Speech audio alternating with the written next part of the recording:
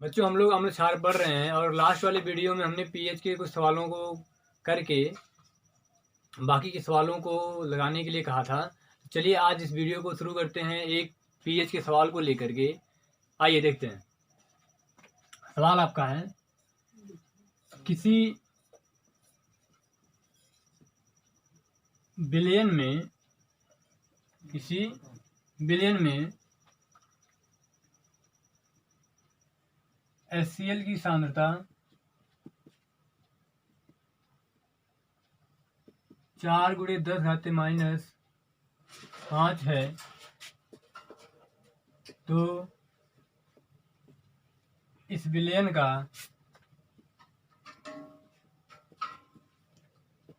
का pH, pOH तथा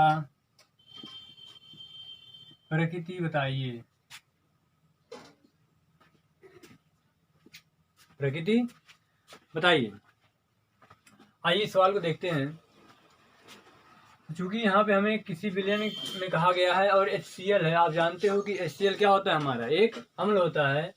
जो अम्ल होते हैं वो क्या देते हैं, हमें H+ देते हैं।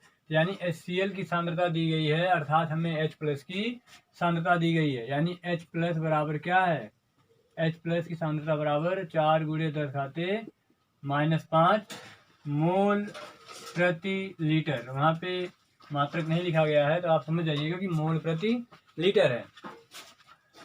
H+ की सांद्रता ये है। और आप जानते हो कि अगर हमें H दिया हो तो हमें pH निकलता है, अगर OH दिया है तो POH निकलता है। तो हम pH निकालेंगे। pH का आपका फार्मूला होता है -log H+ की सांद्रता (/10). इसमें आप H+ रखेंगे, -log H+ का मान आपका है 4 × 10⁻⁵ और इसका जो बेस है वो 10 है। बच्चों आपको एक चीज़ बताया गया था कि log A × B अगर हो तो उसे हम log A + log B कर देते हैं। तो ये माइनस हमारा बाहर रहेगा और इसको हम लिख देंगे log 4/10 और इन दोनों के बीच में प्लस आ जाएगा और log 10⁻⁵/10 ये बराबर हो जाएगा माइनस ब्रैकेट के बाहर और log 2 को आप log 4 को लिख सकते हो 2 का वर्ग (/10) प्लस इसको ऐसे रहने दीजिए। या आप जानते हो कि हाथ हमारी log में आगे आ जाती है तो -5 आगे आ जाएगा और बचेगा आपका log 10/10। अब देखिए ये 2 आगे आएगा तो 2 log 2/10 प्लस और माइनस का आपस में गुणा होकर के माइनस हो जाएगा -5 और ये log 10 का मान आप जानते हो कितना होता है 1। तो 1 से गुणा करेंगे तो कोई परिवर्तन नहीं होगा। ये बराबर आपका हो जाएगा -2 × log 2 का मान हम आपको बताए थे कितना होता है 0.3010 और -5 ये पहले से आपका है बराबर ये 2 से गुणा करेंगे आप 2 0 0 2 1 2 2 0 0 2 3 6 माइनस ये 5। ये काम करिए इस माइनस का अंदर गुणा कर देंगे तो ये 5 आपका प्लस हो जाएगा और ये क्या हो जाएगा माइनस। ये हो जाएगा 5 -0.602। इसको जब घटाएंगे तो आइए घटाते हैं, देखते हैं। इसको हम लिख देंगे 5.000 -0.6020।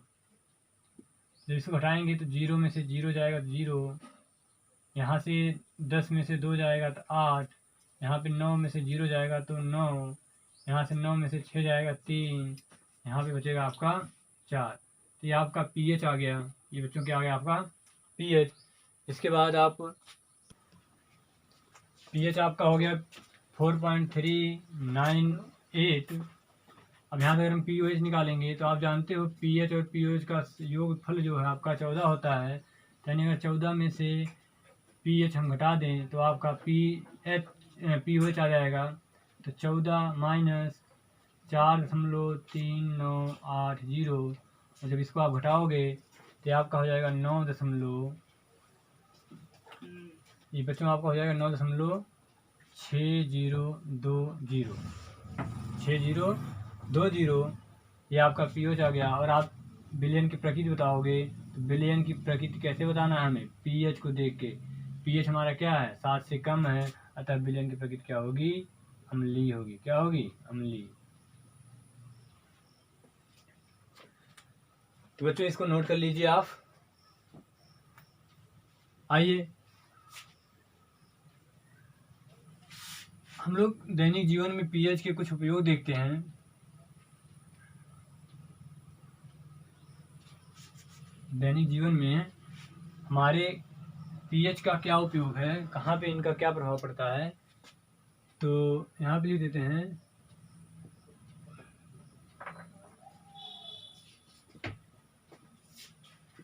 दैनिक जीवन में पीएच का उपयोग, दैनिक जीवन में पीएच का उपयोग,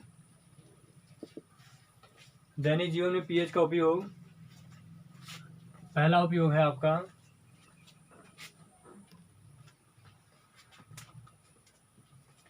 हमारे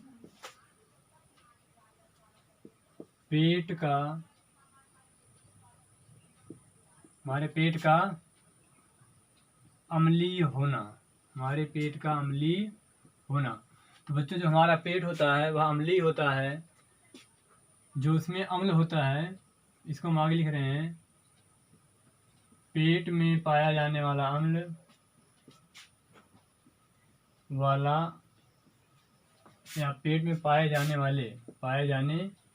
वाले HCl अम्ल पाया जाता है बच्चों, इसका नाम है हाइड्रोक्लोरिक अम्ल। HCl अम्ल का पीएच लगभग 1.2 होता है।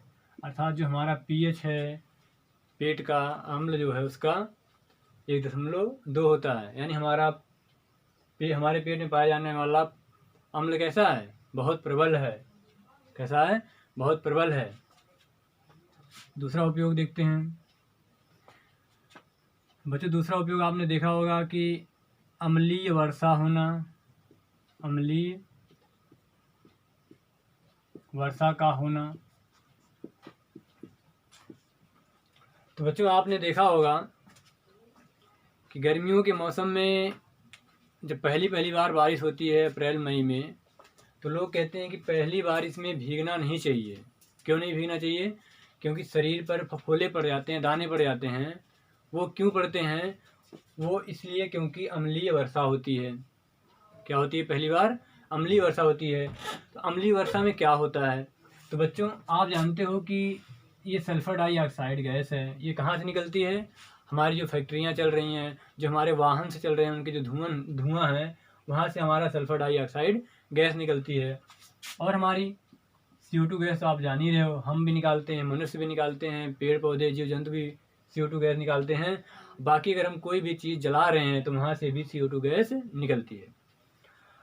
क्योंकि बहुत दिनों से वर्षा हुई नहीं रहती है, तो वातावरण में CO2 की मात्रा और SO2 की मात्रा अधिक हो जाती है। तो जब पहली बार वर्षा होती है तो ये जल से मिल करके, जब पहली बार वर्षा होती है तो ये जल से मिल करके H2O से मिल करके कौन, सल्फर डाइऑक्साइड, ये आपका बना लेती है H2SO3, और ऐसे ये मिल करके H2CO3 बना लेती हैं। तो बच्चों इसका नाम है सल्फ्यूरस, क्या नाम है, सल्फ्यूरस अम्ल है। और ये आपका है कार्बोनिक अम्ल, सल्फ्यूरस अम्ल और कार्बोनिक अम्ल है। तो चूंकि ये अम्ल हैं, आप समझ सकते हो सल्फ्यूरस अम्ल, सल्फ्यूरिक अम्ल आप जानते हो, तो अगर यहाँ पे 4 हो गया तो सल्फ्यूरिक हो जाएगा, 3 है तो सल्फ्यूरस है। ऐसे ये कार्बोनिक अम्ल है। तो ये हमारे वर्षा में इन अम्लों की मात्रा पाई जाती है, जिससे जो पहली वर्षा होती है वो कैसी होती है, अम्लीय होती है। अच्छा, इनका प्रभाव क्या होता है, पहला प्रभाव तो हमने बता दिया कि अगर आप पहली वर्षा में भीग गए तो आपके शरीर पर दाने या फफोले पड़ जाएंगे। दूसरा प्रभाव क्या पड़ता है, जब इस वर्षा का पानी नदियों में तालाबों में, झीलों में इकट्ठा होता है, तो उसमें जो जलचर हैं, जल प्राणी हैं, उनके ऊपर इनका प्रभाव बहुत ज़्यादा पड़ता है। वो जो छोटे छोटे जीव पानियों में रहते हैं, उनके जीवन यापन में तकलीफ़ें होती हैं। तो इसलिए अम्लीय वर्षा का जो पीएच है, यानी हम जो कहें पानी, उसका पीएच क्या होता है, 7 से कम होता है। ठीक बच्चों, अगला है तीसरा। बच्चों कुछ जैसे आप सुने होंगे हाड़ा, हाड़ी, मधुमक्खी, है ना, या फिर बिच्छू, इन सब के डसने या काटने से आपको जलन होती है, तकलीफ होती है, दर्द होता है। तो कभी आपने विचार किया कि वो दर्द किस वजह से होता है? अगर उन्हें आपको कोई इंजेक्शन लगा दिया जाए, इंजेक्शन मतलब कोई आपको कांटा लग जाए, तो उतना दर्द नहीं करता, है ना। अगर कोई सुई, हल्का सा नीडल कोई चुभ गई तो उतना दर्द नहीं करता। अगर बिच्छू लग गया तो आपको 24 घंटे या 2 दिन तक दर्द करता है। तो ऐसा क्यों होता है? तो आइए देखते हैं।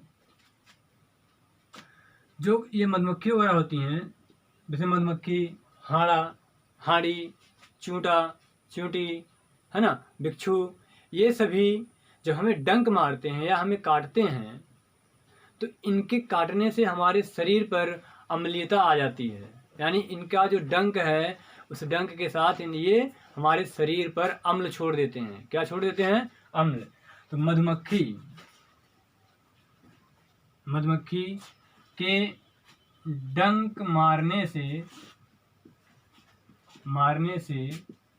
मधुमक्खी के डंक मारने से शरीर के उस हिस्से पर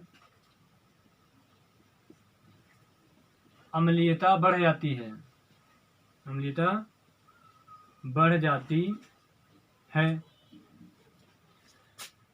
क्योंकि आपने पढ़ा है कि अम्ल जो है प्रबल क्षारक होते हैं, इनको छूना नहीं चाहिए। तो अब आपके शरीर पर अम्ल आ गया तो आपको क्या होगा? जलन होगा। तो आप लोग सुने होंगे कि जब हाड़ी मार दे, चूंटा काट ले, चूंटी काट ले, तो इन सब के लिए हम क्या करते हैं? गांव में देहाती सुने होंगे आपकी, चूना लगाते हैं। क्या लगाते हैं? चूना लगा लो। सब लोग बोलते हैं क्या लगा लो? चूना लगा लो। तो चूना क्यों बोलते हैं लगाने के लिए? क्योंकि आप जानते हैं चूना क्या होता है? CaOH का होल ट्वाइस होता है। CaOH का क्या होता है? Whole twice. अगर CaOH का होल ट्वाइस ये चूना है और आपका अम्ल शरीर में है, या जिस स्थान पे कटा है वो अम्ल है, तो अम्ल और ये चूना क्या है आपका? ये क्षार है। अम्ल और क्षार आपस में मिलकर क्या कर लेंगे? उदासीन हो जाएंगे और पानी बना लेंगे, जिससे हमारे जो जलन है, तकलीफें हैं, वो क्या हो जाएंगी? दूर हो जाएंगी। या ऐसे आपने बिच्छू काटने वाली जड़ी बूटी देखी होगी, सुनी होगी नाम, तो उसको रगड़ लेने से, पत्ती उसकी आती है, जंगलों में पाई जाती है, तो उसको रगड़ने से वहाँ पे आपके जलन को कम कर देता है। उसमें क्या होता है? वो भी क्या है? क्षारीय होता है। अगला, यदि हमें अपने खेत की उपज बनाए रखनी है अच्छे से, कि हमारे खेत में पैदावारी अधिक हो, तो उसके लिए हम लोग क्या करते हैं? खाद डालते हैं। और आप लोग सुने होंगे कि यूरिया अगर लेने जा रहे हो तो नाइट्रोजन युक्त खाद चाहिए, है ना। नाइट्रोजन युक्त वाला खाद वो लोग ज़्यादा प्रेफर करते हैं, और 2-4-10 रुपये महंगा भी होता है वो। तो हम बता रहे हैं आपको क्यों महंगा होता है। जिसमें यूरिया में 46% यूरिया हो, सबसे बढ़िया यूरिया खाद वही है। चलिए, तो जब हम लोग अभी देखें, जब बारिश होती है तो हमारे पहली बारिश की वजह से हमारी धरती भी क्या हो जाएगी? अम्लीय हो जाएगी। हमारी धरती क्या हो जाएगी? अम्लीय हो जाएगी। इससे हमारे फसल को भी नुकसान होगा, इसके साथ साथ हमारे फसल को भी नुकसान होगा। तो उस अम्लीय माध्यम को दूर करने के लिए हम लोग जो खाद डालते हैं, वह क्या करता है? उस माध्यम को, उस जमीन को क्षारीय बना देता है, उदासीन बना देता है। तो जमीन उपजाऊ जमीन का पीएच 7 के लगभग होना चाहिए। यानी अगर आपकी ज़मीन का पीएच जो है, जिसमें खेती कर रहे हैं, उसका पीएच 7 है, तो फसल बहुत अच्छी होगी। तो हम उस पीएच को मेंटेन करने के लिए खाद वगैरह डालते रहते हैं। ये आपका उपयोग था। ऐसे आपका एक उपयोग और है, लिख लीजिए उसको भी। दांतों का खराब होना, दांतों का खराब होना। बच्चों जो दांत होते हैं, दांत के ऊपरी सतह पे हमारा एनेमल पाया जाता है। एनामल या एनेमल है ना, दांतों के ऊपर क्या पाया जाता है, एनामल। तो ये क्या करता है, हमारे बाहरी प्रतिघात से या बाहरी सड़न से या बाहरी कीटाणुओं से हमारी रक्षा करता है दांतों की। तो जब आप रात में खाना खा के सोते हैं, जैसे वसा खा लिया आप या कोई मीठा खा लिया आप, तो ये क्या करते हैं, पूरी रात आपके उस मुंह में इनका अंश बचा रहता है। तो ये अम्ल में बदल जाते हैं। किसमें, अम्ल में। ये किसमें बदल जाते हैं, अम्ल में। और आप जानते भी हो आपके पेट में ही अम्ल है, यानी एक हाथ नीचे अम्ल इतना प्रबल है और मुंह में भी अम्ल है। तो ये दोनों मिल करके पहले क्या करते हैं, आपके एनामल को नष्ट कर देते हैं, जिससे आपके दांत धीरे धीरे खराब हो जाते हैं। तो आप लोगों ने देखा होगा, जो छोटे बच्चे होते हैं, चॉकलेटी जो होते हैं, जो ज़्यादा चॉकलेट खाते हैं, उनके दांत अक्सर खराब हो जाते हैं। तो क्यों खराब हो जाते हैं, यही वजह है, क्योंकि उनके दांत का जो एनामल है वह उस मीठा की वजह से जो अम्ल बना वो खराब हो गया और उसने बाकी बचे हुए दांतों को भी खराब कर दिया। तो आइए ऐसे ही कुछ पीएच देखते हैं हमारे आसपास जो हैं। तो ये इनके 4-5 उदाहरण थे जिनका उपयोग पीएच के रूप में हम करते हैं या उनकी जानकारी हमें होनी चाहिए। आइए देखते हैं कुछ पीएच। अगर आप याद रखोगे, जैसे जल का पीएच, आपके ब्लड का पीएच, है ना, इन सब का पीएच क्या होता है, आइए देखिए। आप जो पानी पीते हो, अगर वह शुद्ध पानी है तो उसका पीएच जो है, यहाँ पे हम पीएच लिख रहे हैं ना बच्चों, ये पीएच है। तो अगर शुद्ध पानी पी रहे हो तो उसका पीएच कितना होना चाहिए, 7 होना चाहिए, ठीक है। और जो मनुष्य का लार होता है, मनुष्य का जो लार होता है, लार अभी हमने कहा कि कैसा होता है, अम्लीय होता है। मनुष्य का लार कैसा होता है, हल्का अम्लीय होता है, ज़्यादा अम्लीय नहीं होता। तो उसका पीएच 7.5 या 6.5 के बीच में होता है। अगला है जो गाय का दूध होता है, गाय का दूध, ये तो बच्चों अम्लीय होता है, इसका पीएच 6.5 होता है। मक्खन जो खाते हो आप, मक्खन अभी हमने कहा था कि आप कोई वसा वाली चीज़ या मीठा खा लोगे तो वहाँ पे आपको अम्लीय चीज़ें मिल जाएंगी। तो इसका पीएच जो है 6.1 से 6.5 के बीच में होता है। बच्चों जो यूरिन होता है, जो मूत्र होता है, उसका पीएच जो है वो 6 होता है। और वर्षा का पानी अभी हमने देखा ही कि ये कैसा होता है, अम्लीय होता है, इसका पीएच 5.6 से 6 के बीच में होता है। जो आप लोग चाय पीना पसंद करते हो वह भी एक रूप से अम्लीय होता है, उसका पीएच 5.5 होता है। और कुछ लोग काफ़ी पीना पसंद करते हैं, तो जो काफ़ी पीते हैं तो उनका पीएच और ज़्यादा अम्लीय होता है, वो 5 होता है। और कुछ बहादुर बच्चे ऐसे हैं जो कम उम्र से बियर पीना शुरू करते हैं, तो उनको पता होना चाहिए कि उसका पीएच 4.5 होता है। यानी कम से कम ये तो बता ही सकें कि बियर जो हम पी रहे हैं वो कैसा है, अम्लीय है। कच्चा टमाटर या पक्का टमाटर खाने वाले, उनको भी पता होना चाहिए कि टमाटर एक अम्लीय पदार्थ है, उसका पीएच 4 से 4.5 के बीच में होता है। लेकिन बच्चों आप ध्यान रखेंगे, जो समुद्र है, समुद्र का पानी वैसे तो खारा होता है, लेकिन उसका पीएच भी आपको याद रखना है, क्या, 8 होता है। क्या होता है, पीएच 8। ऐसे जो आपका खून है, खून आप लोगों ने बचपन में चखा होगा, जब कट जाता था मुंह में उंगली डालते थे तो वहाँ से आपको थोड़ा नमकीन लगा होगा, तो वो भी कैसा होता है, हल्का क्षारीय होता है। क्यों, क्योंकि इसका पीएच 7 से ज़्यादा होता है। तो बच्चों ये दैनिक जीवन में हमारे आसपास के कुछ खाद्य पदार्थ या चीज़ें हैं जिनका पीएच हमें अगर पता हो तो अच्छी बात है, नहीं पता है तो और भी अच्छी बात है।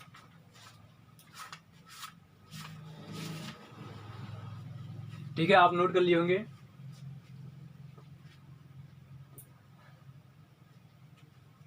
आइए, यहाँ से हमारा पीएच खत्म होता है। हम लोग धीरे धीरे एक बहुत ही इंपॉर्टेंट टॉपिक की तरफ बढ़ रहे हैं। जो समझ में आ गया तो बहुत बढ़िया बेटा। देखा, पहले कुछ देख लेते हैं। हमारे जो अम्ल होते हैं उनमें से कुछ प्रबल अम्ल होते हैं, प्रबल अम्ल, कुछ दुर्बल अम्ल होते हैं, ऐसे ही कुछ प्रबल क्षार होते हैं, ऐसे ही कुछ दुर्बल क्षार होते हैं। तो इनकी परिभाषा अगर हम एक लाइन बताएं तो आप इनको याद रखिएगा। पहली हेडिंग के हिसाब से जो हमने पढ़ा था वैद्युत अपघट्य, तो प्रबल अम्ल, प्रबल क्षार, दुर्बल अम्ल, दुर्बल क्षार, यानी क्षार और अम्ल हमने देखा कि ये आयनित होकर कोई H+ दे रहा है तो कोई OH- दे रहा है। तो इस प्रकार से आप जानते हो कि जो आयनित हो जाए उसे हम लोग वैद्युत अपघट्य कहते हैं। अर्थात हमारे अम्ल और क्षार एक प्रकार से वैद्युत अपघट्य हैं। तो बच्चों, जिसका आयनन अधिक होगा, जिसका आयनन अधिक होगा यानी जो ज़्यादा वियोजित हो जाएगा, ज़्यादा टूट जाएगा, उसे हम लोग प्रबल वैद्युत अपघट्य कहते हैं। जो कम वियोजित होगा उसे हम लोग दुर्बल वैद्युत अपघट्य कहते हैं। तो ऐसे अम्लों में जो अम्ल विलयन में बहुत ज़्यादा H+ दे दे, यानी जिसका आयनन बहुत ज़्यादा हो जाए, उसे प्रबल अम्ल। जो बहुत कम H+ दे उसे हम लोग दुर्बल अम्ल कहेंगे। ऐसे क्षार जिनका आयनन बहुत ज़्यादा हो जाए उसे प्रबल क्षार कहेंगे, और ऐसे क्षार जिनका आयनन बहुत कम हो उसे हम लोग दुर्बल क्षार कहेंगे।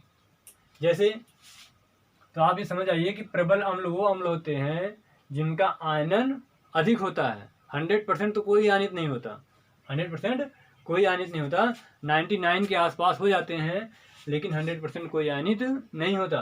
तो प्रबल अम्ल जिनका आयनन या वियोजन क्या हो, ज़्यादा हो। यहाँ पे लिख ले रहे हैं, जिनका आयनन अधिक हो। इतने से आप समझ जाएंगे कि वो वियोजित होंगे तो बहुत ज़्यादा H+ देंगे। जैसे HCl, H2SO4, HNO3, ये सभी आपके क्या हैं, प्रबल अम्ल के उदाहरण में आते हैं। ये सभी क्या हैं, आपके प्रबल अम्लों के उदाहरण हैं। ऐसे ही दुर्बल अम्ल जिनका आयनन क्या हो,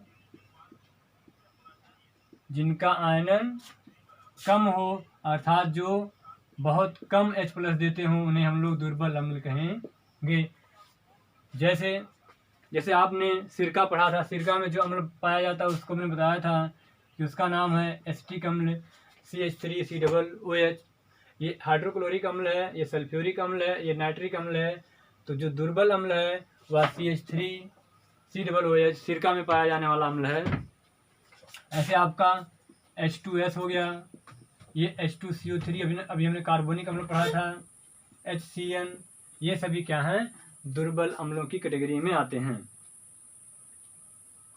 ऐसे ही बच्चों, प्रबल क्षार जिनका आयनन फिर से क्या हो, जिनका आयनन अधिक हो, अर्थात ऐसे क्षार जिनका आयनन क्या हो, अधिक हो, तो उन्हें हम लोग प्रबल क्षार कहेंगे।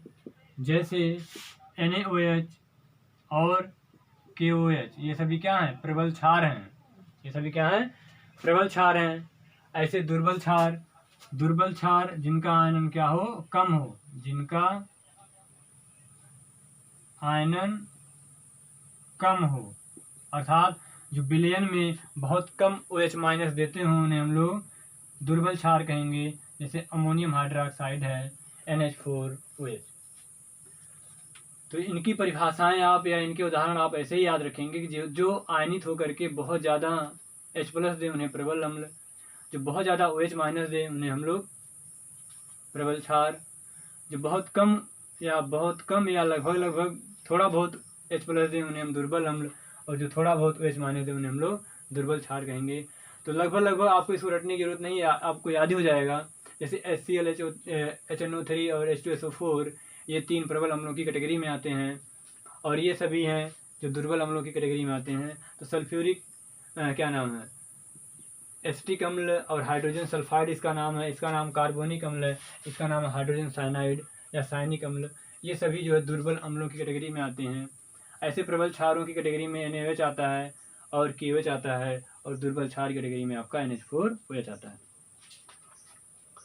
यहाँ से हमारा एक नया टॉपिक शुरू हो रहा है, तो आप लिख लिए होंगे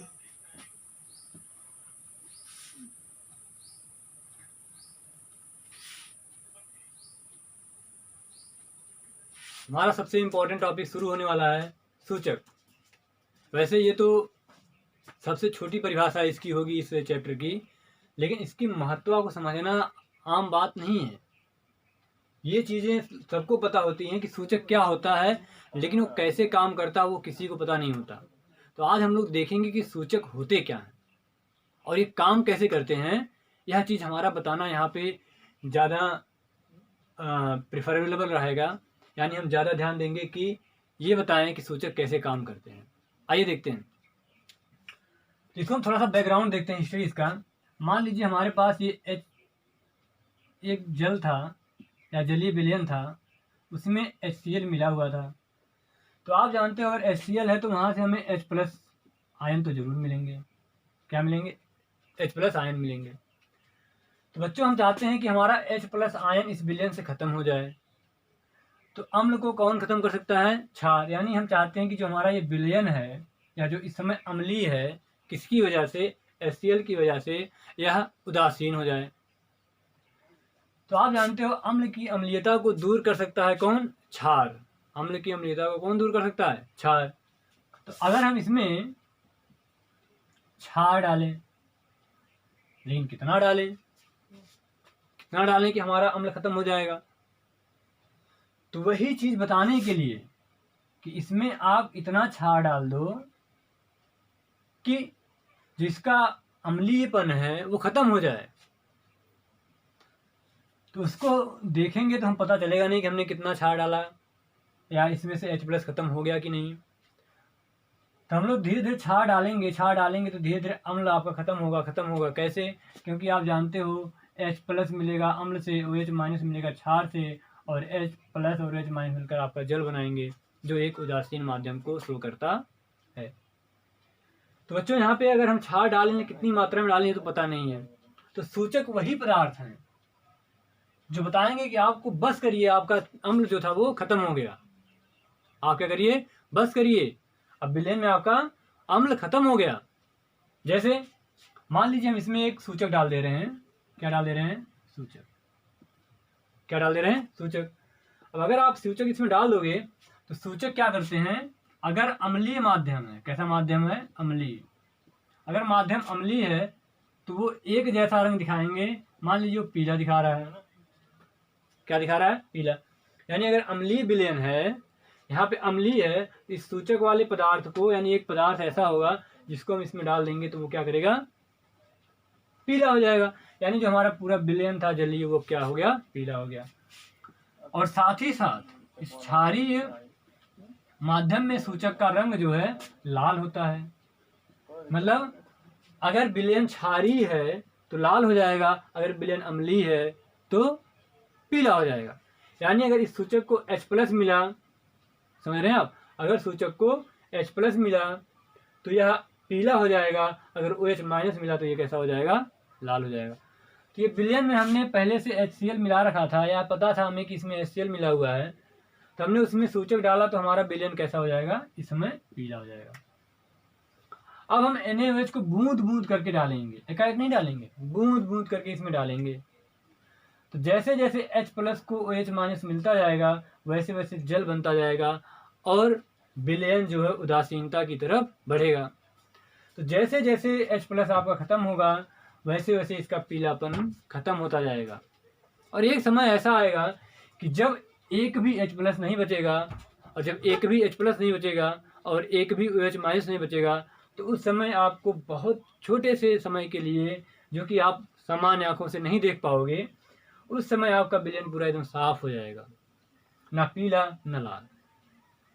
लेकिन जैसे ही आप एक बूंद एक्स्ट्रा गिरा दोगे तो यानी आपके विलयन का तो H+ खत्म हो गया, अब विलयन में आपका क्या आ गया है? OH- आ गया है।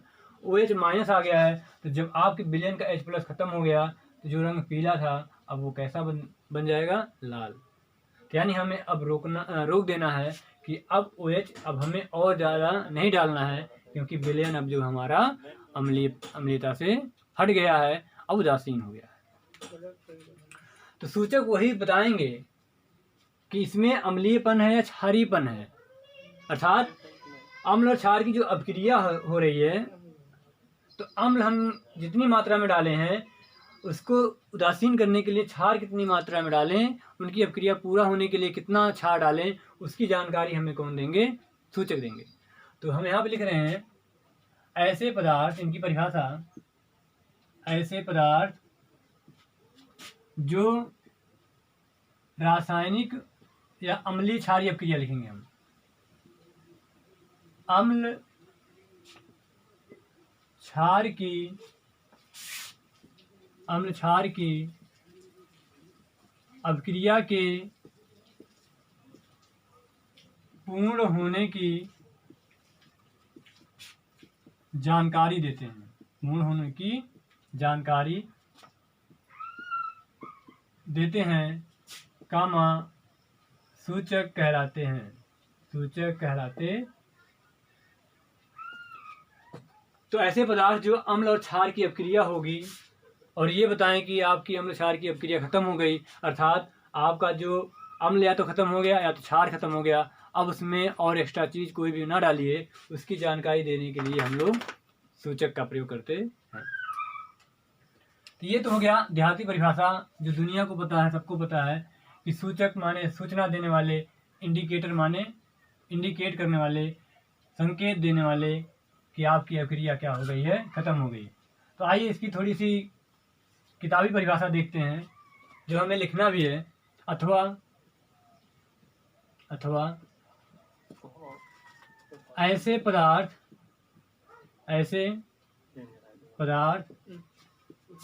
जिनका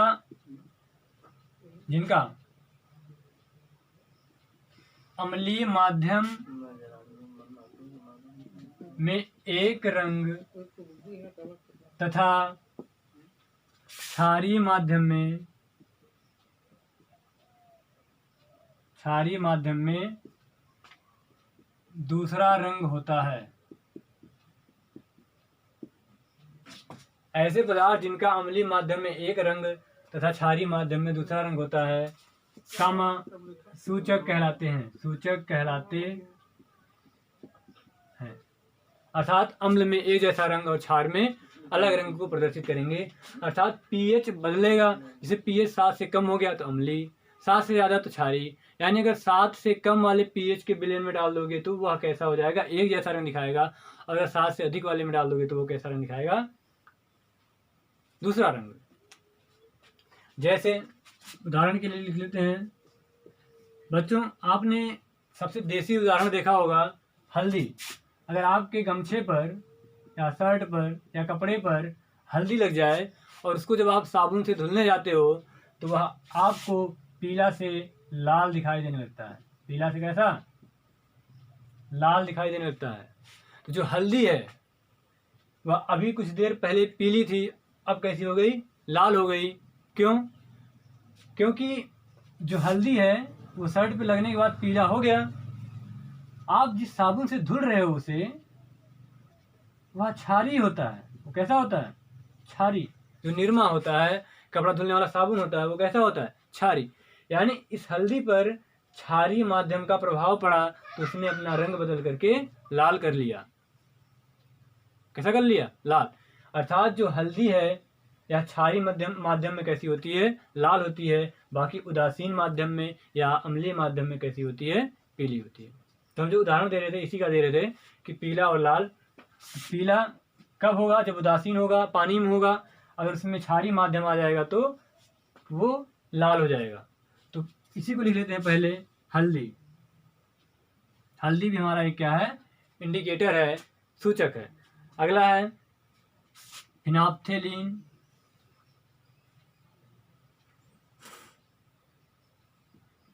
फिनाप्थेलीन। अगला है methyl orange. Methyl orange.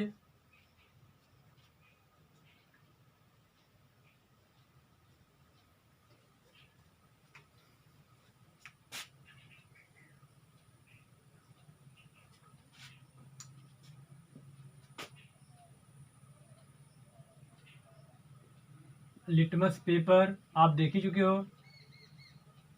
Litmus paper भी क्या होते हैं, अम्लीय माध्यम में एक रंग और उनका क्षारीय माध्यम में दूसरा रंग होता है। तो ये हमारे पीएच है, क्या नाम है, सूचक को बताएंगे। ये सूचक का कार्य करेंगे कि हल्दी अगर आप डाल दोगे तो अगर पानी है तो वो कैसा रहेगा, पीला रहेगा। अगर वो क्षारीय है तो कैसा हो जाएगा, लाल। ऐसे फिनाप्थलीन भी होता है, मेथिल ऑरेंज भी होता है और लिटमस पेपर भी होता है। तो ये सूचक की परिभाषा हो गई।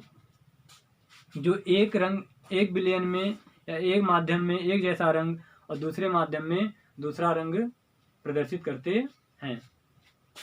आइए इसको भी देख लेते हैं कि कौन सा सूचक कितनी पीएच रेंज तक काम करता है, यानी इसकी क्षमता कहाँ तक है कि अगर पीएच मान कहाँ से कहाँ तक परिवर्तित हो तो ये काम करेगा, और अगर उससे ज़्यादा परिवर्तन हो तो इसका काम करना बंद हो जाएगा, अर्थात उसके बाद ये काम नहीं करेगा।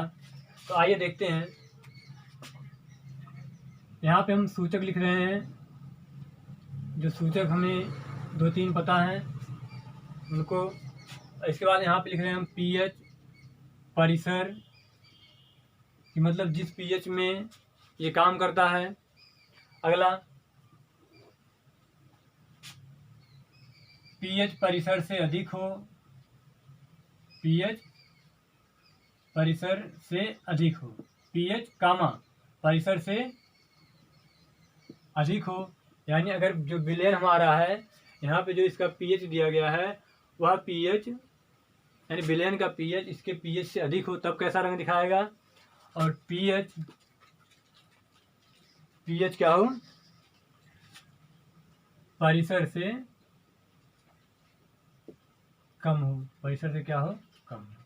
ठीक है, मतलब यहाँ पे जो पीएच दिया जाएगा, अगर जो विलयन है उसका पीएच इससे कम हो तो कैसा रंग होगा, अगर पीएच इससे ज़्यादा है तो कैसा रंग होगा। तो आइए देखते हैं। पहला हमारा है मेथिल ऑरेंज। तो जो इसका पीएच परिसर होता है, यानी जहाँ पे ये रंग परिवर्तित करता है, ये 3.1 से 4.5 के बीच में अपना रंग परिवर्तित करता है। ये 3.1 से 4.5 के बीच में अपना रंग परिवर्तन करता है। और अगर पीएच इससे अधिक हो गया, यानी इसमें हम जान ही नहीं पाएंगे, 3.1 से 4.5 के बीच में हम जान नहीं पाएंगे कि विलयन कैसा है या इसमें अपना रंग परिवर्तन करेगा।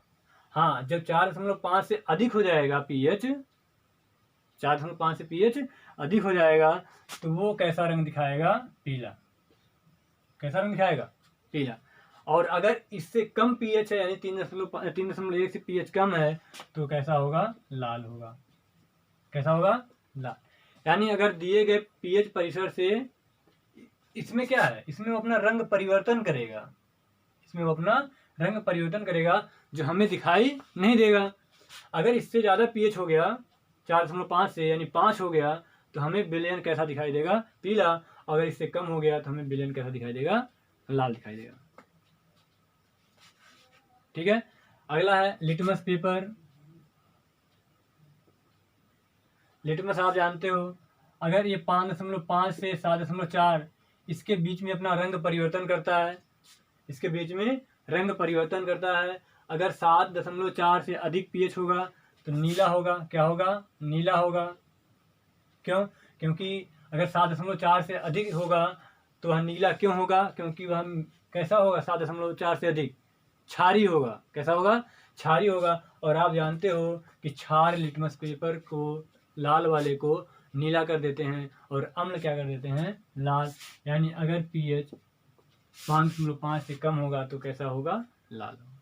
ठीक है, और इसमें क्या कर रहा है वो, इसमें वो अपना रंग परिवर्तन कर रहा है। तो अगर इससे 7.4 से अधिक हुआ तो नीला, 5.5 से कम हुआ तो लाल। अगला हमारा है फिनाप्थलीन। फिनाप्थलीन ये हमारा 8 से 9.8 के बीच में पीएच होता है। 8 से 9.8 के बीच में होता है। अगर पीएच इससे अधिक है तो वह क्या होगा, गुलाबी होगा। और अगर पीएच इससे कम है तो रंगहीन होगा, उसका कोई भी रंग नहीं होगा। तो बच्चों इसको याद रखिएगा बढ़िया से। हो गया। तो अगर इसमें ये परिवर्तन करेगा, इस जो ये 8 से 9.8 के बीच में इसका अपना रंग परिवर्तन होगा, इसके बीच में इसका अपना रंग परिवर्तन होगा, इसके बीच में इसका अपना रंग परिवर्तन होगा। अगर इससे अधिक हो गया पीला, इससे अधिक हो गया तो नीला, इससे अधिक हो गया गुलाबी, अगर इससे कम हो गया तो लाल, इससे कम हो गया तो लाल, इससे कम हो गया तो रंगहीन। ठीक है, आइए अब इस सिद्धांत को देखते हैं जिसका हम लोग इंतजार कर रहे थे कि ये सूचक कैसे कार्य करते हैं। तो मेथिल ऑरेंज लिटमस पेपर फिनाप्थिलीन ये आपके सूचक हो गए। आइए देखते हैं ये सूचक कैसे कार्य करते हैं। बहुत इंपॉर्टेंट चीज़ है, अगर आपको समझ में आ जाए तो अपने बड़े भाई बहन को पढ़ाइएगा कि सूचक काम कैसे करते हैं। उनको भी ये पता है कि सूचक वो होते हैं जो रंग बदलते हैं और क्रिया के पूर्ण होने की जानकारी देते हैं, लेकिन उनको ये नहीं पता होता कि सूचक कार्य कैसे करते हैं। सूचक कार्य कैसे करते हैं, तो इस चीज़ को समझाने के लिए आइए देखते हैं सूचकों का सिद्धांत। सूचकों का सिद्धांत।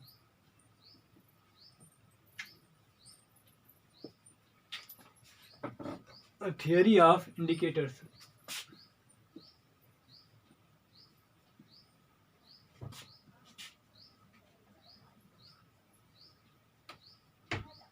सूचकों का सिद्धांत। जो पहला सिद्धांत है वो ओस्टवाल्ड का सिद्धांत है। किसका है? ओस्टवाल्ड का सिद्धांत। जो पहला सिद्धांत है ये क्या है? सूचकों का ओस्टवाल्ड सिद्धांत है। तो इनके अनुसार एक परिभाषा होती है सूचक की, जो आप याद रखिएगा बहुत अच्छे से। ओस्टवाल्ड का सिद्धांत, इन्होंने कहा कि जो सूचक होते हैं वह दुर्बल अम्ल होते हैं या फिर दुर्बल क्षार होते हैं। तो आइए देखते हैं, इस परिभाषा में लिखते हैं। इस सिद्धांत के अनुसार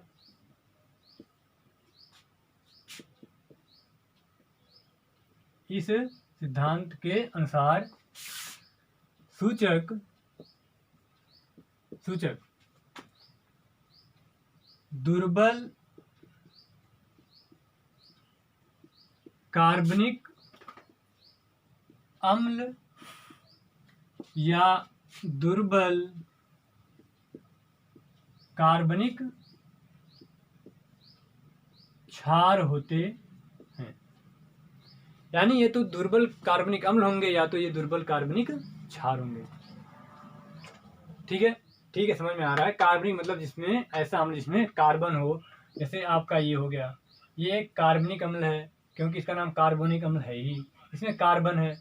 ऐसे CH3COOH, इसमें भी कार्बन है, तो ये भी एक कार्बनिक अम्ल है और इसको हमने देखा भी था कि ये दुर्बल में ही आए थे। तो या तो दुर्बल अम्ल हो या तो दुर्बल क्षार हो, लेकिन कार्बनिक हो। यही ओस्टवाल्ड कहते हैं कि सूचक ऐसे पदार्थ होते हैं जो या तो दुर्बल अम्ल की तरह व्यवहार करते हैं या तो दुर्बल क्षार की तरह व्यवहार करते हैं। और इन्होंने क्या कहा?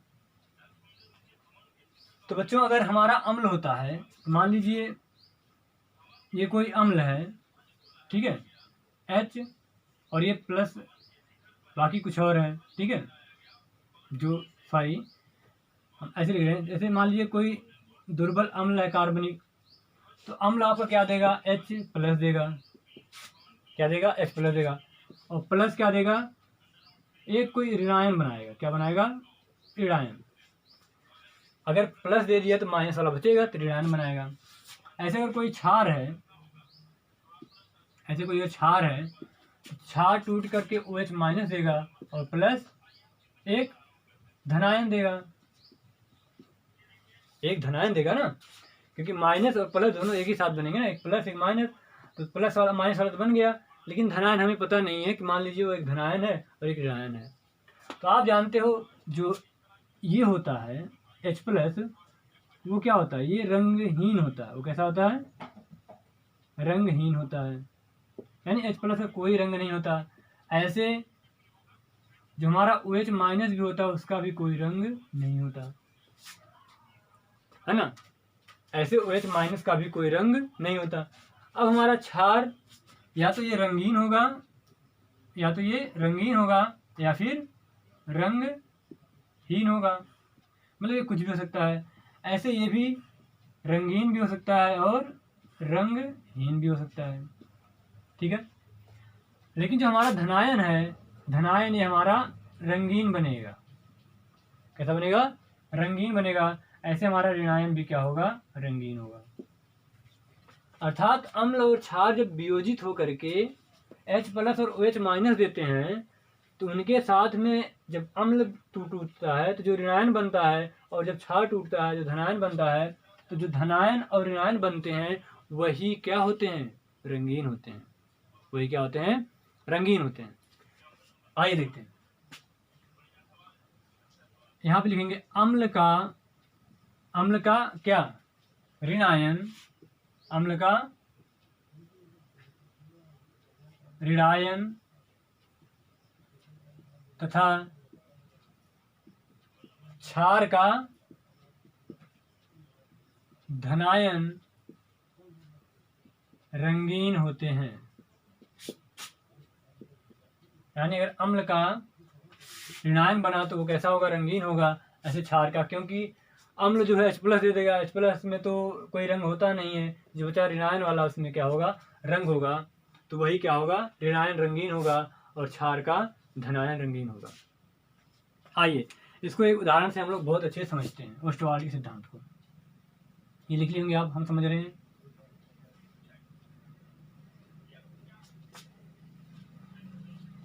आइए तो बच्चों, जैसे फिनाप्थलीन है,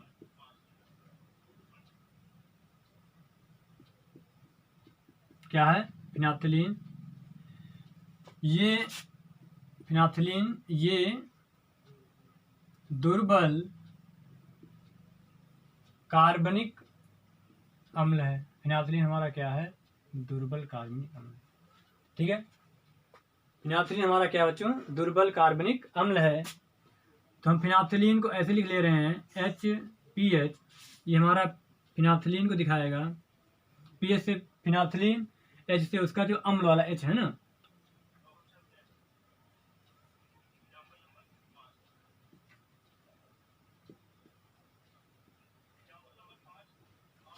यानी क्योंकि हमने देखा कि जो फिनाप्थलीन है वो अम्ल है, तो अम्ल को फिनाप्थलीन का बहुत बड़ा सूत्र होता है। तो जो उसका H है वो हमने H लिख लिया, बाकी पूरे माइनस वाले को हमने PH लिख दिया। ठीक है, तो ये फिनाप्थलीन हो गया। और जब इसका आयनन होगा, यहाँ से हमारा H प्लस बनेगा और PH माइनस बनेगा। ठीक है, जो फिनाप्थलीन होता है ये रंगहीन होता है, आप जाने हैं। ये कैसा होता है? रंगहीन। और ये भी हमारा क्या होता है? रंगहीन होता है। और जो ऋणायन बना ये हमारा गुलाबी होता है। ये क्या होता है? क्यों? क्योंकि अम्ल का ऋणायन ही क्या होता है? रंगीन होता है, और ऋणायन हमारा कैसा है? गुलाबी है। ठीक है बच्चों, चलिए ऐसा देखते हैं। अब इसको ध्यान से देखिएगा, बहुत अच्छे से ध्यान से देखिएगा। ये हमारा H प्लस है, विलयन है। ये हमारा विलयन है। इसमें हमने HCl अम्ल डाला हुआ है। इसमें हमने HCl अम्ल डाला हुआ है। HCl अम्ल डाला हुआ है, और इसमें हमने फिनाप्थलीन डाल दिया। इसमें क्या डाल दिया हमने? फिनाप्थलीन, HPH। यहाँ पे हमने HPH को भी डाल दिया। ठीक है, तो बच्चों चूंकि हमारा जो HCl है यह एक प्रबल अम्ल है। HCl क्या है? एक प्रबल अम्ल है। HCl क्या है हमारा? प्रबल अम्ल है। तो इसका आयनन बहुत ज्यादा हो जाएगा, यानी इसमें HCl के H प्लस बहुत ज्यादा होंगे, और HPH हमारा क्या है? दुर्बल अम्ल है। HPH कैसा है हमारा? दुर्बल अम्ल। और आप जान रहे हो यहाँ पे दो प्रकार के अम्ल हो गए, और दोनों H प्लस देने वाले। ये भी H प्लस देगा, ये भी H प्लस देगा। तो आप जानते हो कि जहाँ पर सम आयन हों, एक जैसे आयन देने वाले अपघट्य हों, आप पढ़े हो आर्यनियस सिद्धांत में कि एक जैसे आयन देने वाले अपघट्य में आयनन क्या होता है? घट जाता है। इस प्रभाव को हम लोग सम आयन प्रभाव कहते हैं। तो अब अगर HCl हमारा पहले से था जो कि प्रबल अम्ल था वहाँ पे H प्लस बहुत ज़्यादा पहले से था, अब उसमें हमने दुर्बल अम्ल डाल दिया। पहले से तो दुर्बल जिसका पहले से ही आयनन कम होता है, समझ रहे ना। एक तो दुर्बल जिसका आयनन कम होता ही है, ऊपर से सम आयन प्रभाव लग गया तो इसका आयनन बिल्कुल ही बंद हो गया। यानी पीएच का यानी फिनाइलथिलीन का कोई भी आयन नहीं बनेगा जब तक HCl का आयन रहेगा। अब इसमें हम क्या कर रहे हैं, धीरे धीरे OH माइनस डाल रहे हैं।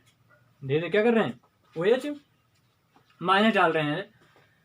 तो यहाँ से हमारा जो NaOH डाल रहे हैं, NaOH हमारा टूट करके Na प्लस और OH माइनस बनाएगा। आप जानते हो ये सब क्या है, रंगहीन है, ठीक है। ये सभी हमारे क्या है, रंगहीन है। तो जो हमारा H प्लस है इसका और इसका OH माइनस है, ये दोनों मिल करके आपके बहुत ही महत्वपूर्ण यौगिक बनाते हैं जिसको हम जल कहते हैं, H2O। तो H प्लस और OH माइनस मिल करके आपके जल बन गए, ठीक है। इसके बाद आपका Na प्लस और PH माइनस मिल करके NaPH बना लेते हैं, जो कि एक प्रबल वैद्युत अपघट्य है, जो कि एक प्रबल वैद्युत अपघट्य है। या इसको जाने दीजिए तो आप समझ होंगे क्या बन रहा है। लेकिन अभी तो मेन पिक्चर बाकी है कि ये कैसे काम किया, ठीक है। देखिए ध्यान से, ये अभिक्रिया हमने कैसे लिखी। ये अम्ल है, अम्ल टूटेगा तो H प्लस और बाकी माइनस वाला बनेगा। तो हमने अभी देखा कि H प्लस रंगीन होता है, बाकी माइनस वाला रंग होता है, जहाँ पे फिनाइलथिलीन में माइनस वाले का रंग गुलाबी है। ऐसे NaOH छाड़ डाला हमने, Na प्लस और OH माइनस बना विलयन में। ये हम डाल रहे हैं NaOH डाल रहे हैं। तो H प्लस और OH माइनस मिल करके आपस में ये दोनों आपस में मिल करके अपना जल बना लेंगे और बच्चे हुए दोनों आपस में Na प्लस और PH माइनस मिल जाएंगे। चलिए ठीक है। अब बताइए थोड़ा ध्यान से कि जो विलयन हमारा है इसमें हमने HCl अम्ल लिया है और फिनाइलथिलीन को डाला है। फिनाइलथिलीन को क्यों डाला, ताकि हमारा ये सूचक के रूप में कार्य करे। अब HCl हमारा प्रबल अम्ल है, HPH यानी फिनाइलथिलीन हमारा दुर्बल अम्ल है। तो एक तो दुर्बल, आयनन पहले से कम, ऊपर से सम आयन प्रभाव यानी H प्लस पहले से उपस्थित है और भी नहीं टूटेगा। तो यानी इस पूरे विलयन में हमें केवल HCl के ही H दिखाई देंगे, समझ रहे हैं आप। इस पूरे विलयन में हमारे HCl के ही H केवल दिखाई देंगे। अब हम जैसे जैसे NaOH डालते जाएंगे, NaOH डालते जाएंगे, जो H प्लस है किसका वाला, HCl वाला, ये धीरे धीरे धीरे धीरे धीरे धीरे OH माइनस से मिल करके जल बनता जाएगा। तो आप समझ रहे हैं कि ऐसे हम HCl डालते जा रहे हैं, NaOH डालते जा रहे हैं और HCl का H प्लस जो है हमारा धीरे धीरे खत्म होता जा रहा है, एक समय ऐसा आएगा कि जब HCl का सभी H प्लस खत्म हो जाएगा और उसके बाद हम जरा सा NaOH डालेंगे। तो NaOH आया तो कहेगा कि हमें H प्लस दो, OH माइनस आया तो हम क्या कहेगा, हमें H प्लस दो। अब तो HCl का H खत्म हो गया था, प्रबल अम्ल का H खत्म हो गया था, तो कहेगा कि हमें H प्लस दो। तो H प्लस अब कौन देगा, अब फिनाइलथिलीन कहेगा कि अब तुम हमारा H प्लस लो। अभी तक तो हम इसके प्रभाव में दबे हुए थे, हम खुल नहीं रहे थे, हम आयनित नहीं हो रहे थे।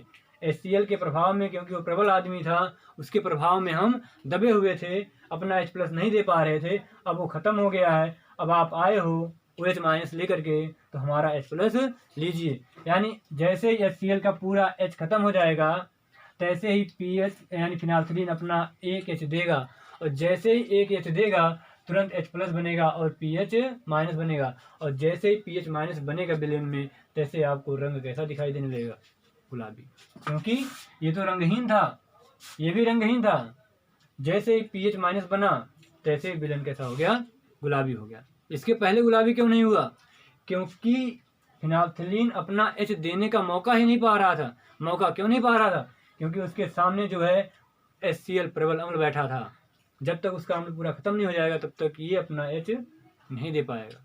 तो जैसे ही HCl का अम्ल अपना H खत्म हुआ, तैसे ही फिनाइलफिलीन ने कहा कि हमारा H+ लो, और जैसे ही अपना पहला H+ दिया, तुरंत उसके विलेन में pH- मिल गया, और यही क्या है, गुलाबी। और विलेन हमारा कैसा हो जाएगा, गुलाबी। जैसे ही हमारे विलेन में pH- बना, विलेन कैसा हो गया, गुलाबी बन गया। उतार लीजिए, बढ़िया समझ लीजिए।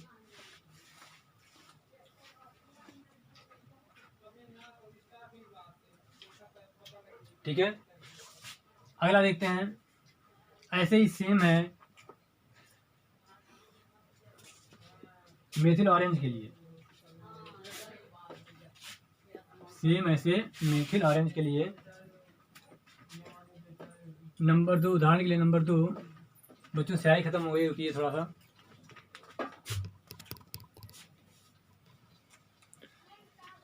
आइए बच्चों आगे बढ़ते हैं।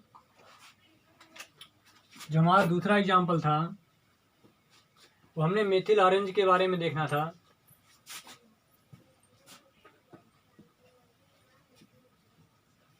मेथिल ऑरेंज, मेथिल ऑरेंज को हम लोग एक क्षारीय सूचक के नाम से भी जानते हैं, क्योंकि यह OH- देता है। तो इसको हम लोग लिखते हैं Me से मेथिल। जैसे फिनाइलफिलीन को हमने PH से लिखा था, ऐसे Me से मेथिल, और OH देता है, चूंकि क्षारीय है तो OH। उसने H+ दिया था, उसका हमने H लिखा था, ऐसे इसका OH हम लिख लिए। तो आप बताइए OH- क्या, OH- जब निकलेगा तो आपका क्या बचेगा, Me पर प्लस बचेगा। ठीक है, तो बच्चों जो मेथिल ऑरेंज होता है ये हल्का पीला रंग का होता है। ये कैसा होता है, पीला रंग का।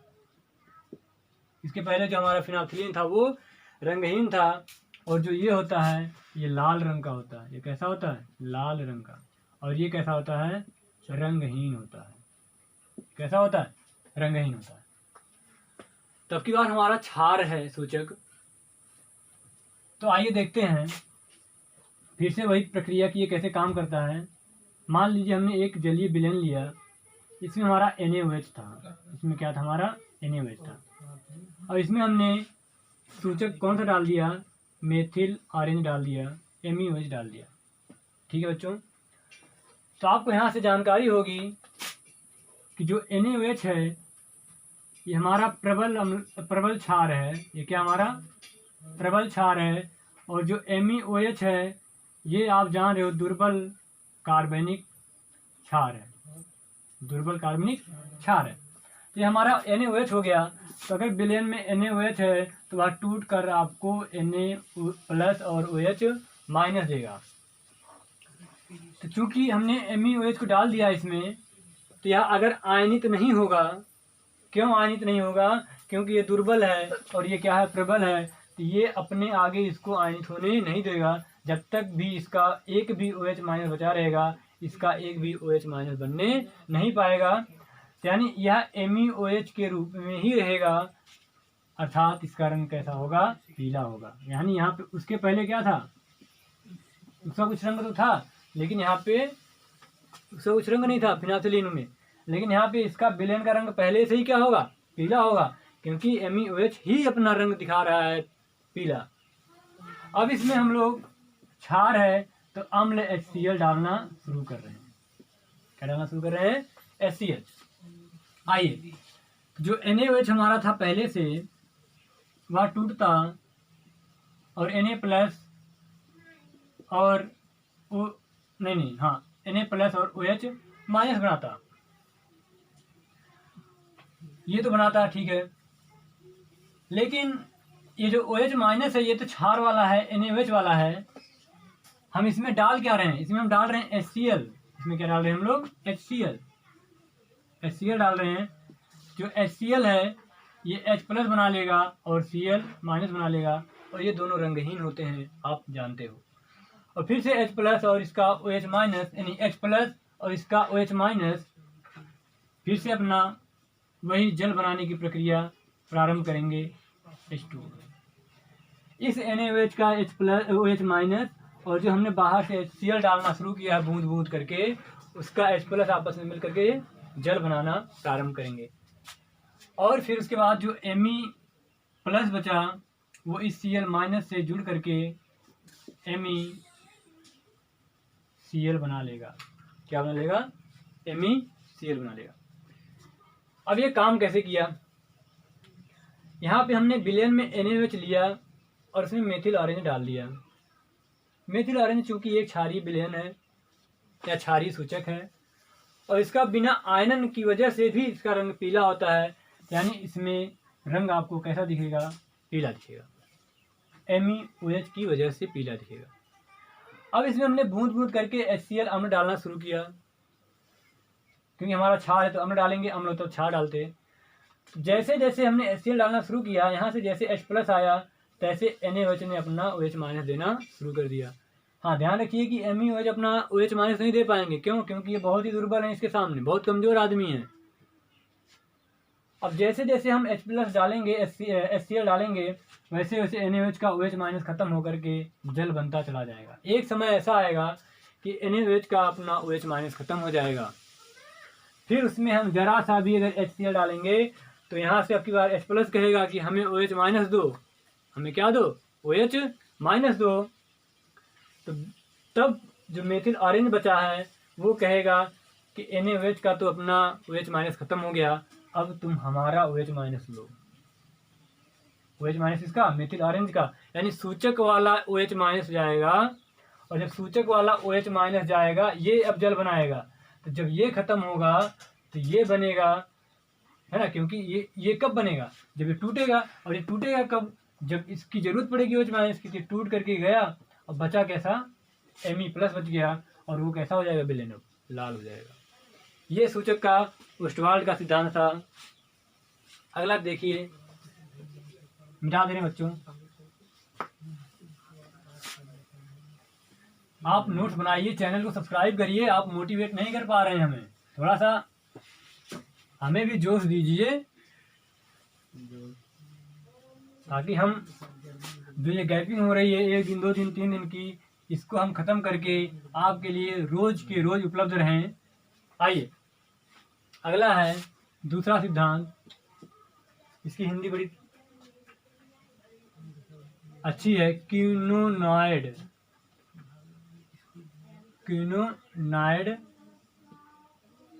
सिद्धांत।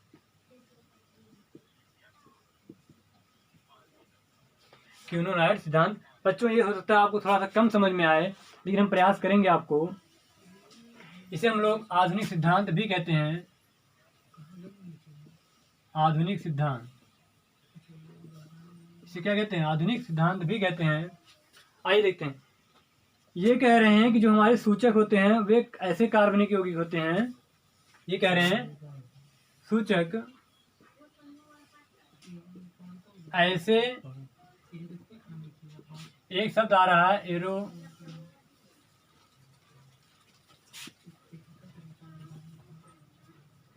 सूचक ऐसे एरोमेटिक कार्बनिक अम्ल या क्षार होते हैं, कार्बनिक दुर्बल अम्ल या क्षार होते हैं, दुर्बल अम्ल या क्षार होते हैं, जो 2 रूपों में पाए जाते हैं। 2 रूपों में पाए जाते हैं। इन्हें हम, इन रूपों को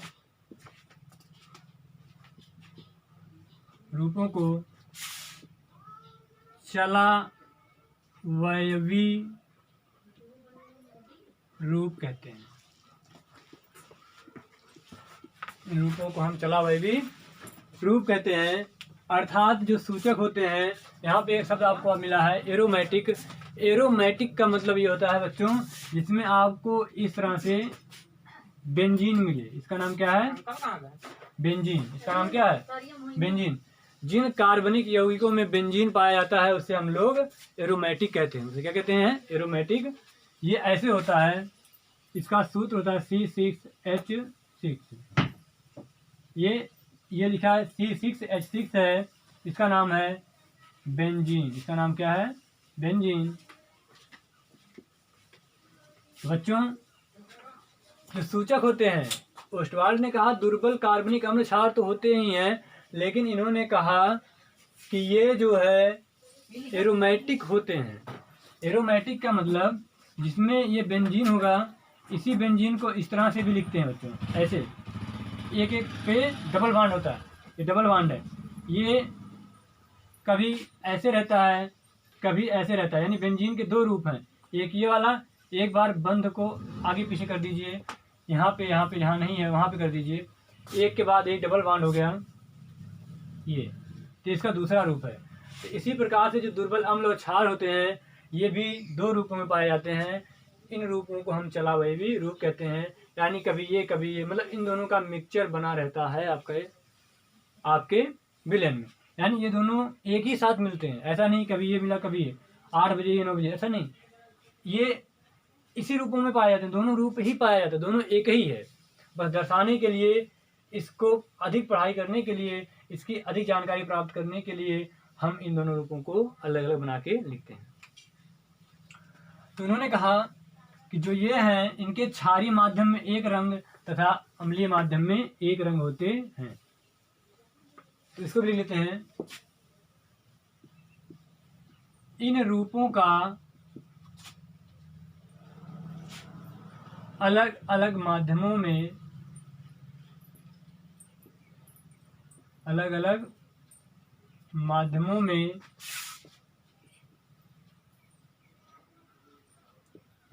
अलग अलग रंग होता है, अलग अलग रंग होता है। यानी अगर क्षारीय माध्यम है तो क्षारीय होगा, अम्लीय माध्यम होगा तो अम्लीय होगा। जैसे CH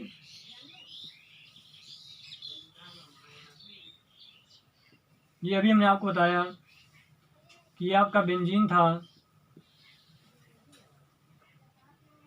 ये क्या था आपका बेंजीन।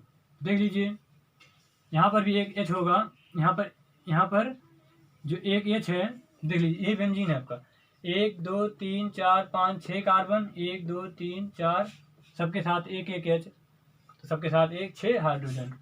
तो इनका हाइड्रोजन हम हटा दे रहे हैं, यहाँ पे कर दे रहे हैं ऐसे कि ये आगे किसी से जुड़े हैं, ऐसे इनका हटा के हम ऐसे कर दे रहे हैं, ये भी किसी से आगे जुड़े। तो इसको हम लोग कहते हैं बेंजीन है, तो बेंजीनॉइड बोलते हैं। क्या बोलते हैं? बेंजीनॉइड।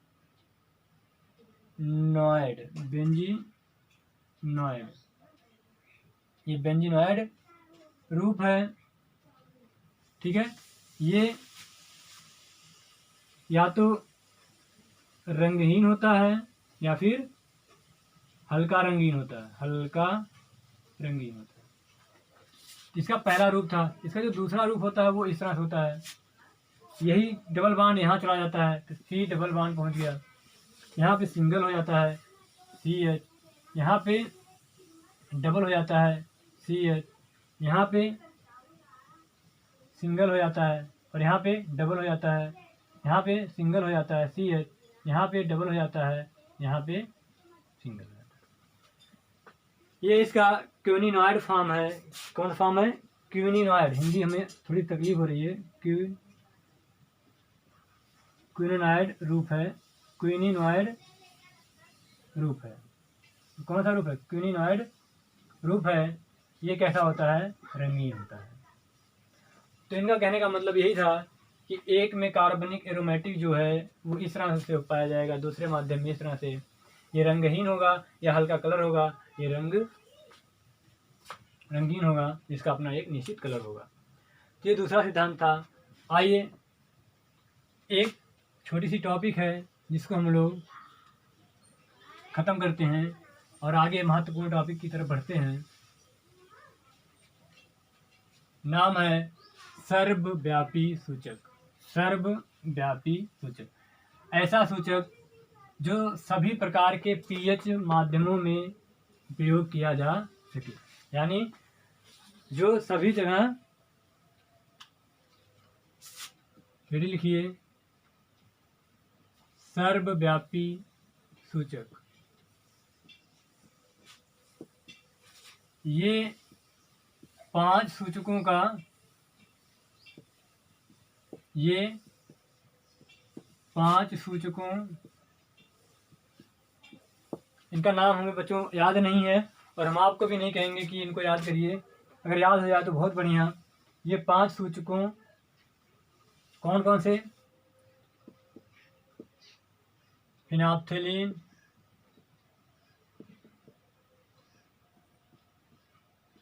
कामा methyl orange, sorry methyl red है, methyl red, comma alpha naphthalene,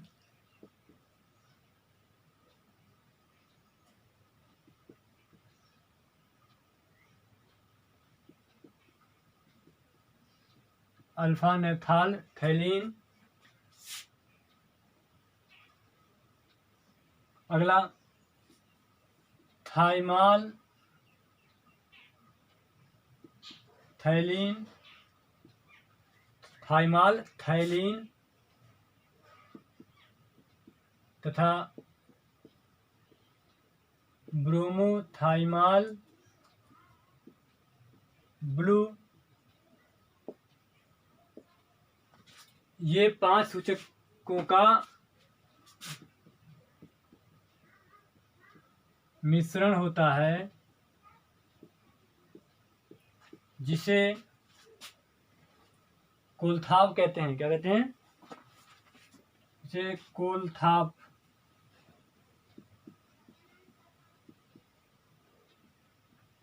कोलथाप कहते हैं।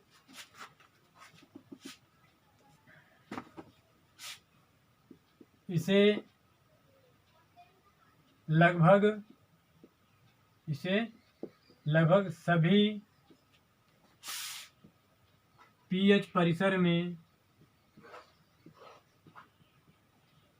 उपयोग किया जा सकता है। तो बच्चों, हमने जो देखा था अभी तक पीएच, उनका परिसर देखा था। कोई 3.1 से 4.5 के बीच में रंग बदल रहा था, यानी उसके ऊपर काम कर रहा था, उसके नीचे काम कर रहा था, वहाँ पे काम नहीं कर रहा था। कोई 8 से 9.8 के बीच में अपना रंग बदल के वहाँ पे काम नहीं कर रहा था। तो ऐसे हम चाहते हैं कि एक ऐसा सूचक हो जो सभी पीएच में, यानी 0 पीएच होता नहीं है, यानी पीएच 1 से लेकर के, या 0 पीएच होता, सॉरी, 0 से लेकर के 14 तक के पीएच में काम करे। इसके लिए हमने 5 सूचकों का एक मिश्रण तैयार किया। हमने नहीं, वैज्ञानिकों ने फिनाप्थेलीन लिया, मेथिल रेड लिया, अल्फा नेप्थाल थैलीन, थाइमाल थैलीन तथा ब्रोमोथाइमाल ब्लू का मिश्रण तैयार किया, जिसे हम लोग कोलथाप कहते हैं। ये इन 5 का मिश्रण है और इसका उपयोग विभिन्न पीएचओ में किया जा सकता है, यानी सर्वव्यापी सूचक है, यानी इसका उपयोग हर जगह लगभग किया जा सकता है। आप याद रखेंगे कि इनमें से सर्वव्यापी सूचक कौन सा है, तो कोलथाप कहेंगे। क्या कहेंगे? कोलथाप। और कोलथाप है क्या? ये 5 सूचकों का मिश्रण है। आपको नाम याद रखने की जरूरत नहीं है। सर्वव्यापी माने सभी जगहों पे उपयोग होने वाला सूचक।